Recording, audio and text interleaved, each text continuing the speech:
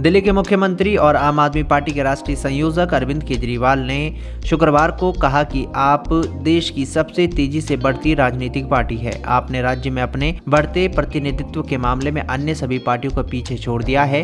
दिल्ली के त्यागराज स्टेडियम में देश भर से आए पार्टी कार्यकर्ताओं को संबोधित करते हुए केजरीवाल ने कहा कि ये बैठक लोकसभा चुनाव के लिए उनके चुनाव अभियान की शुरुआत है, जिसके अगले साल की शुरुआत में होने की उम्मीद है। केजरीवाल ने कहा कि मुझे सत्ता का लालच नहीं, जनता जो कहेगी वही करूंगा। आपके कार्यकर्ता घर घर जाकर पूछेंगे कि जेल जाने के बाद इस्तीफा दूं या जेल से सरकार चलाऊं। हमेशा यही करते हैं।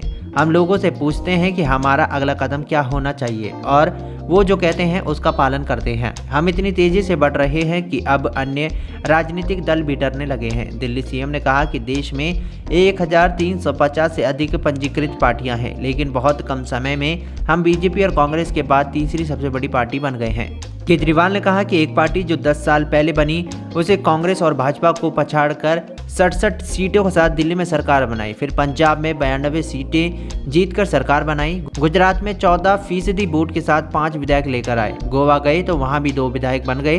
अब राष्ट्रीय ही नहीं बीजेपी कांग्रेस के बाद आप तीसरे सबसे बड़ी पार्टी है। हम इतना तेजी से बढ़ रहे हैं कि बीजेपी ने ये उम्मीद छोड़ दी है कि वो दिल्ली में कभी जीत भी पाएंगे। अब उन्हें डर है कि कहीं हम लोकसभा चुनाव ना जीत जाएं, इसलिए वो शराब घोटाले जैसी साजिश रच रहे हैं। दिल्ली भाजपा प्रदेश अध्यक्ष वीरेंद्र सचदेवा का कहना है कि आम आदमी पार्टी और मुख्यमंत्री भले ही कितने भी दावे कर ले, लेकिन अब पार्टी का कैडर से संपर्क टूट रहा है। जनता जानती है कि दिल्ली में पार्टी के 2 और पंजाब के 1 मंत्री भ्रष्टाचार के मामले में जेल में हैं। राजधानी में दावों के विपरीत आबकारी घोटाला हुआ है, जिसमें पार्टी के कई बड़े नेताओं को जेल जाना पड़ा।